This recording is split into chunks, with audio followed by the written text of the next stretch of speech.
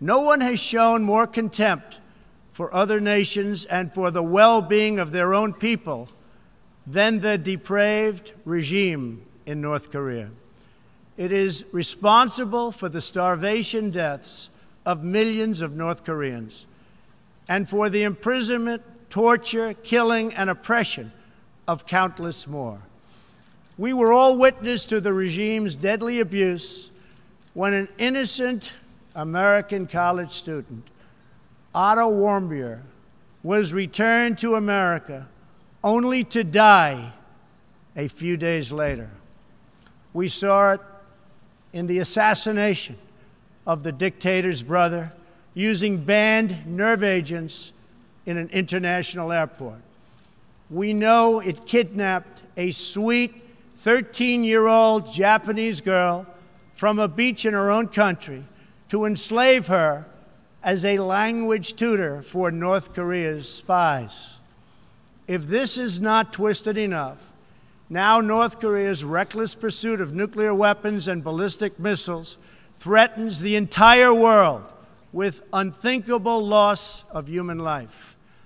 It is an outrage that some nations would not only trade with such a regime, but would arm, supply, and financially support a country that imperils the world with nuclear conflict.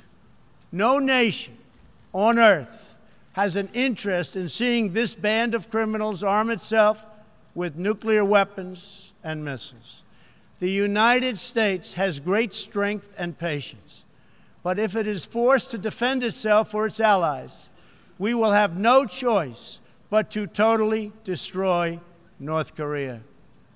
Rocketman is on a suicide mission for himself and for his regime. The United States is ready, willing, and able, but hopefully this will not be necessary. That's what the United Nations is all about. That's what the United Nations is for. Let's see how they do.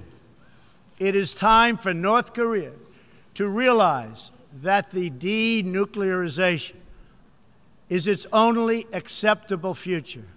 The United Nations Security Council recently held 2 unanimous 15-0 votes adopting hard-hitting resolutions against North Korea, and I want to thank China and Russia for joining the vote to impose sanctions along with all of the other members of the Security Council.